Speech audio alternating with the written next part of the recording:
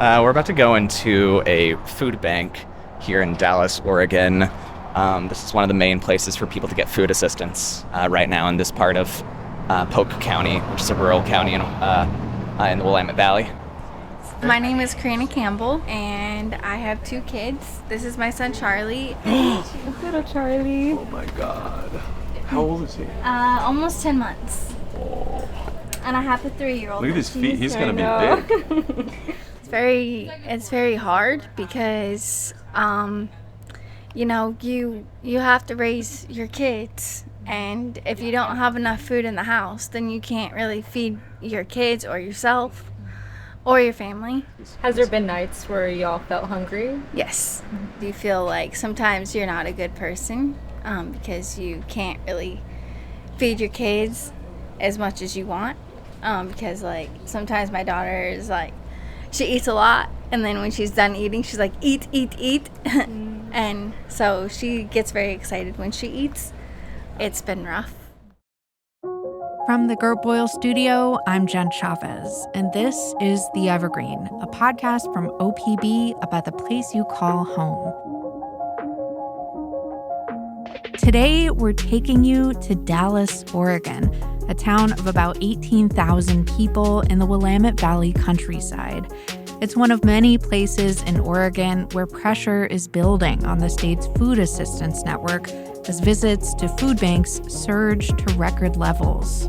When I lost my food stamps, I was crying on the phone to them. I was like, I'm literally just trying to feed my kids. What do you mean? My food stamps are never enough for the whole month. It's like I wouldn't eat if this wasn't here. The cost of food is outrageous. It's just out of control. The Trump administration is shrinking the federal Supplemental Nutrition Assistance Program, or SNAP, and adding new work requirements that make it harder to qualify. As of June, there were 126,000 fewer Oregonians receiving SNAP benefits than there were a year before. That's made things harder not only for struggling families, but for food banks trying to fill the need despite federal cuts to their food supply. All of a sudden, we don't have that food, and we didn't have to worry about providing for our families. Now we're seeking grants more and more and more. We're reaching out to our local community more and more and more. Evergreen producer Mía Estrada and reporter Bryce Dole, along with visual journalist Eli Amidali, spent about 24 hours in Dallas. They bring us along for one day at free local food programs in rural Oregon.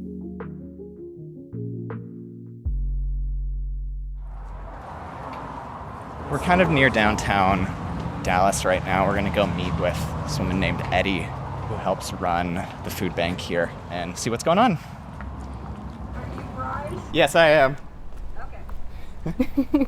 The Dallas Food Bank sits in the back of the Main Street Plaza, beside a car wash and a highway.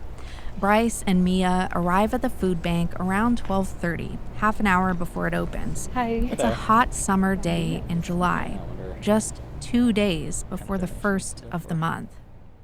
I'm Eddie Nelson, and I'm the program manager here at the Dallas Food Bank. I have a passion for this. Why? Oh, now you're going to get me emotional. I grew up, I'm 73. I was born in 53. My dad died when we were 8, so he died in 61. We were very poor. They didn't have food banks back then. And so a lot of times my brothers and sisters and I would go hungry. So it just really thrills me that we have these food bank systems to be able to provide for food that families need. There are a lot of hungry people in the United States of America. Growing up, Eddie had around 6 siblings in her household. Yeah, big family. Hang out. Okay, go. The shelves in the Dallas Food Bank are stocked with We've got peanut butter, we've got canned tuna, we've got chili with beans. But taped to a wall is a list of items crossed out. Shredded chicken, garlic knots, chile verde, showing what's gone. There was at a time that this was full of food. Now this is what we got. Why is that? We're not getting the amount of food that we used to from USDA through the food source. starting at the top of the federal government. Here we're looking at empty shelves that otherwise We're full. were full. Historically, the U.S. Department of Agriculture has purchased and delivered food to food banks. But last year, the federal government canceled millions of dollars worth of deliveries. It's left food banks like this one struggling to stock their shelves and freezers. Eddie says to supplement the private donations they receive, the food bank's been trying to patch together more grant money to buy food themselves. I'm having to purchase more food than I've ever did before. I just purchased this just so there would be something for our families to have today. Like diced tomatoes, tomato sauce. Yes. Okay. But what does that mean for you guys as you're serving more people that, when they're showing up, I mean, you have a limited supply. Does this mean for people who are in these long lines that they might not get the selection that they want, or kind of Not the selection, and if I went out and purchased this also. I purchased this last night. Otherwise, there would just been the green beans on the shelf. So there is a selection. So there was nothing but green beans. I'm used to having these shelves full. There are other ways the food bank has had to do more with less. For example, there have been so many visitors that they had to convert the women's bathroom into an extra makeshift check-in area. Makes me sad. We're a country of abundance, and I have a hard time with the abundance being so controlled and restricted. The more Oregonians who've lost SNAP benefits, the more people who've shown up to food banks like this one.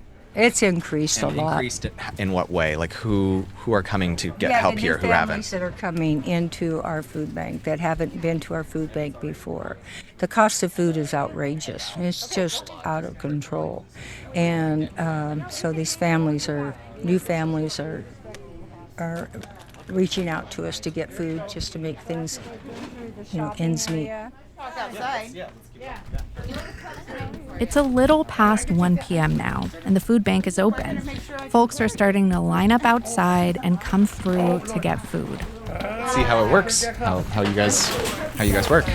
One person waiting outside is Jennifer Bullis. Hi, nice to meet you. I'm Mia. Hi, Mia. What's your dog's name? Roxanne. Roxanne. Yeah. What kind of dog is Roxanne? She's a miniature wire-haired dachshund. I've never Jennifer lives in a trailer nearby and comes to get groceries twice a month. Yeah, so this is a very important thing for me because when my food stamps run out, which my food stamps are never enough for the whole month. Yeah. It's I wouldn't eat if this wasn't here. What is the end of the month generally? We're at the end of the month now. Yeah. What is it generally like for you? Going to bed hungry. So. What are you eating on a regular basis right now? What are some of your peanut butter. That's what you rely on is peanut butter. Yeah. Sometimes when I don't have any food, I just eat peanut butter, and that's what keeps me.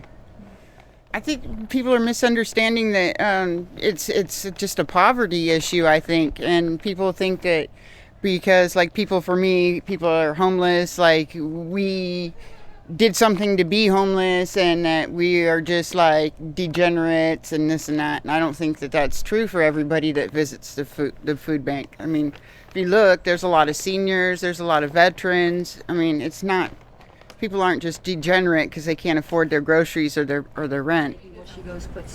Corrina Campbell is also here waiting with her baby Charlie. Hi there, how are you? Good. I only get $151 in food stamps. So it's gone by the end of the month. Almost the beginning of the month. And so I try to come here at least 2 times a week so that I can get food from my family and my daughter. She's 3 and my son is actually almost 10 months old. So You said you were on food stamps. Did they get cut? They did get cut because they added my fiance's income after we had my son. And so they cut it down way down because I was getting $850 is what I was getting. And Per month. Yeah. And they literally dropped it completely to down to 100. And I'm I can't live off that. Not with 2 kids. I try to feed the kids before I feed me and my fiance because the kids are more important. And so he eats baby food and everything, and actually he just ate all his food today, so I was very happy. He was hungry, so it was good. What are you looking forward to getting here today? Trying to get like meat and vegetables and stuff. So yeah. Okay. Well, let's not stop you from doing that. Can we join you? Corrina and her baby Charlie make it inside, waiting for their turn to shop for free food. How did you decide on Charlie as his name? Actually, it was from my papa, who is no longer here. If I ever had a son, his name was gonna be Charlie. So Honoring he's named him. after him. Yeah. And we just actually had a death in our family. My grandmother, my nana, my mom's mom, just passed away recently. So we've been going through a really hard time with everything. So I also recently lost my grandma too, so it's been really hard. Yeah. yeah, death in the family is very hard. Did your kids get to meet your My kids got to hang out with my nana, yes, to the point that I actually have pictures and everything. So.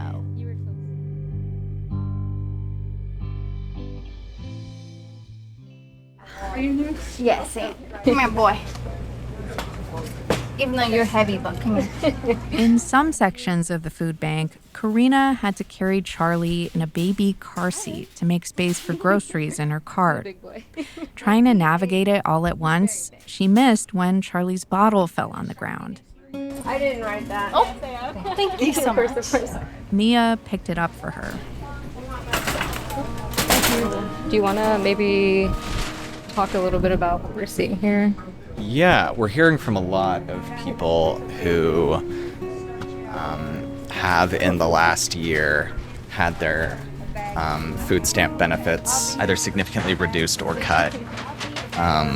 Hearing from a lot of people who are struggling to afford, just groceries on a weekly basis. A lot of people who are, trying to put food on the table for their families. I think a lot of people also have been commenting on either they are visiting food banks for the first time, met a lot of parents today. Yeah, and you can definitely start to see some of these shelves that were fairly empty to begin with that are slimming up for sure. Compared to when we first came in. Compared to what it was like when we first came in, definitely. Do you want to interview one of the volunteers, Tim? He has been so Yes. happy. Ray Sampacetto, I'm just a volunteer that wants to help. Ray is a 69-year-old retired plumbing retail manager. I grew my whole life in the Willamette Valley. Born and raised as a farm boy. As a farm boy. Oh, yeah. He sees people from all walks of life come in here. People with disabilities, old people and young people, working people and unemployed people. He used to get food from food banks too. Off and on. Yes, it's always been a great help. What was happening in your life at that time? Just income, going on disability and cost of living. Just like a lot of everybody else, it's just it's a humbling experience. And I think, it's like for some people it's embarrassing, but it is what it is. Alrighty, guys. Thank you so much. You betcha. You have a look at it. That's my daughter. She's like, yeah, you're going down that road. Ray rushes back and forth, pushing grocery carts through the door and into the parking lot. He helps lift bags into cars. I've been seeing you treating everyone, and you always bring a nice smile to them, and they feel We comfortable. need that. Everybody needs that. Just as the world stepped up as it is. What it is. You need just that to be nice to people. And I've always taught you treat everybody like you want to be treated yourself. By 3 p.m., it's the end of the day at the Dallas Food Bank. There's no more people waiting in line in the summer heat, and the volunteers are getting ready to leave for the day. We just wanted to say thank you. Hopefully you had a nice day. Okay, you guys. Have fun in Dallas. Thank you. That's it. It was nice meeting you. We just spent the afternoon at a food bank in Dallas, and there's a lot of people talking about their kids today. That seemed to be one of the main things. I think for me, I was feeling emotional because this is reminding me of my own mom and like how she took care of me, how she took care of my 3 brothers growing up, and also growing up on food stamps and public housing and living in a shelter. And like, God, I can't believe she did all of this. Like the mother with the baby, and her having to juggle all of that and feed her kids. It makes you so emotional. People have to live like this and how heavy that is. Coming up after a break, we find out how free food programs work through local churches and schools to help people who are struggling with high food costs. Thanks for listening to The Evergreen, our podcast from OPB about the place you call home. If you like what you hear, subscribe to us on your favorite podcast app, and we'll bring you a new story about what it's like to live here every Monday morning. You can also follow OPB on Instagram @OPB, or follow me directly @Jen Chavez OPB. That's Jen with 2 N's, and I'll keep you posted on what Team Evergreen is up to. And remember, this episode about what local food programs in rural Oregon are facing, and all the great OPB reporting and storytelling you hear on this show, is made possible by many thousands of OPB members. Support our journalism by becoming an OPB sustaining member today at opb.org/pod. And now, back to Dallas.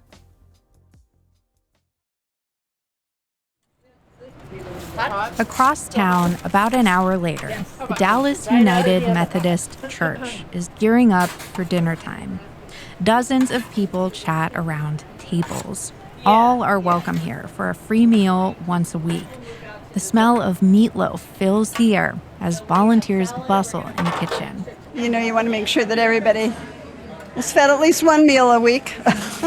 Like to be able to do more, but at least this is a start. Barbara Cheney is a volunteer here. Tonight, she's serving around 80 people who came to eat a warm, home-cooked meal. So tonight for dessert, we have either fruit with macadamia nut or fruit with... You get kind of attached to some of these people. When they don't show up, you worry about them. And when they have illnesses or something, you cry along with them. So. The pastor at this church, Ruth Marsh, stands at the door greeting folks. It takes a village to feed the village. She knows the community well. Whose loved ones were injured in a fall, who needs rent money or prayers, whose children pick up 10 meals for their families. She also sees the pressure families are under, trying to afford food.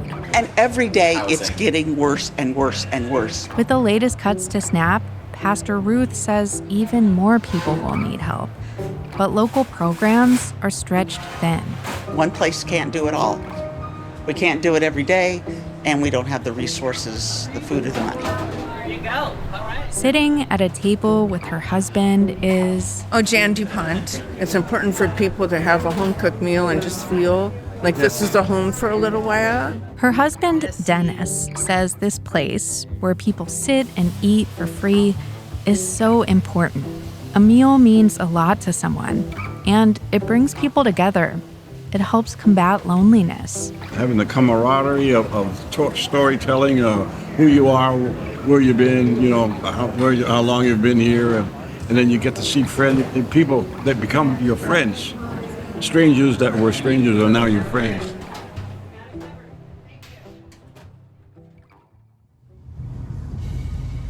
Okay, Bryce, do you want to tell us where we're going? Yeah, it's 9 a.m. We are on our way to a local church to go on a ride along with a summer meals program. Nice to meet you. How are you? Yeah, nice to meet you. Yeah, you too. I'm Debbie McCleary, and I'm the founder of the Kindness Club. The Kindness Club is a local nonprofit. It uses the church's space each week as a staging ground for its work, bringing meals and other items to school children each week. A room is full of donated clothes. Shelves are stocked with hygiene products, deodorant, shampoo, toothpaste, and more. We've got Pop-Tarts, we've got canned chili, we've got popcorn.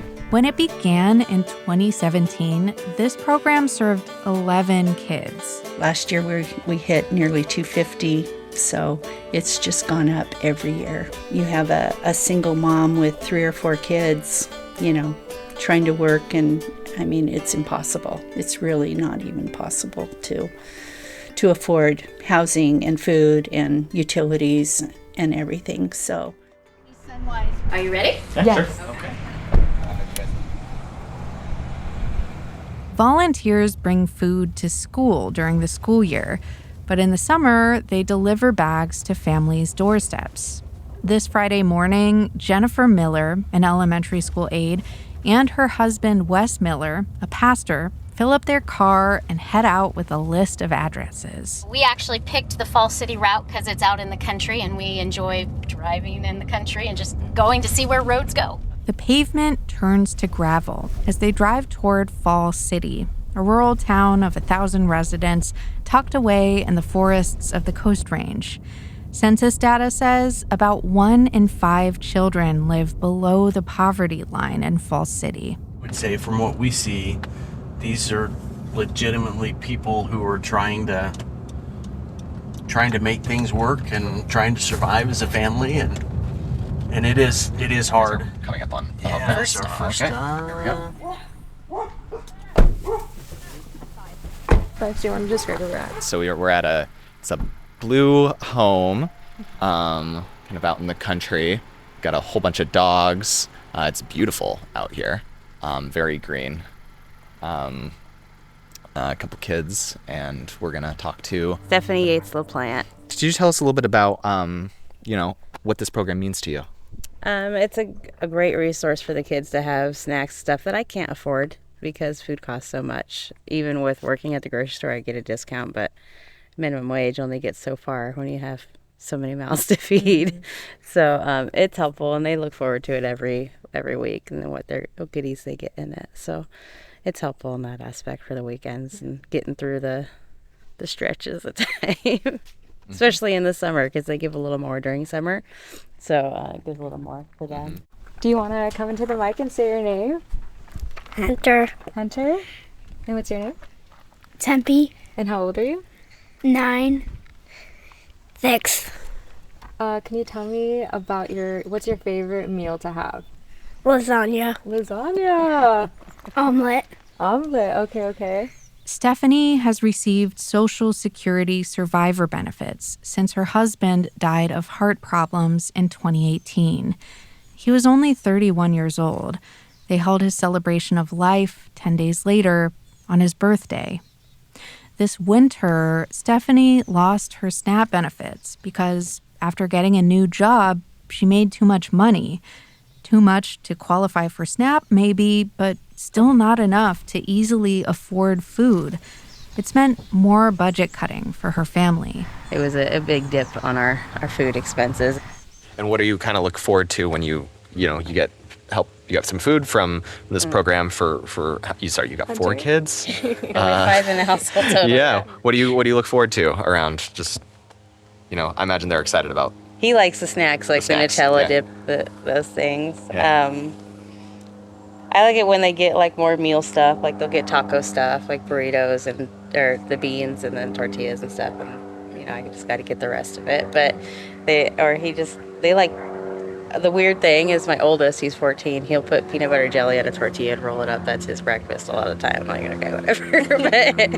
but they, we always get like lots of peanut butter and sometimes little jelly packets, things. Or tuna galore. Oh my goodness, I have a lot of tuna. But it gives a good variety of snacks and meal things for the kids. So it's nice. Breakfast stuff too. They get cereals and stuff. So they like it. What are you guys up to today? I don't know. You don't know yet? Not really. We are going to probably go to the school gives free school lunches to the kids. So we'll probably go do that because Fridays is always like a pizza or something like that day. So they get to do that. And then she has piano lessons later. And then the older brother has guitar lessons. So that's her day. He has jiu-jitsu later. So we do extracurriculars too on top of everything. What are you guys looking forward to from Ride bags. Yeah. What's your favorite snack? I really like the Nutella and Goes. That's Nutella dips. Yeah. Is that your favorite too? Yeah. Yeah. Cute. Thank you so much. Thanks, guys. Thank y'all. Take care. Have a Appreciate great it. weekend. You guys too. Thank you. Thank you. Take care. Bye, Hunter. The Millers say goodbye and hop in their car. They have 7 stops to go. Kindness Club.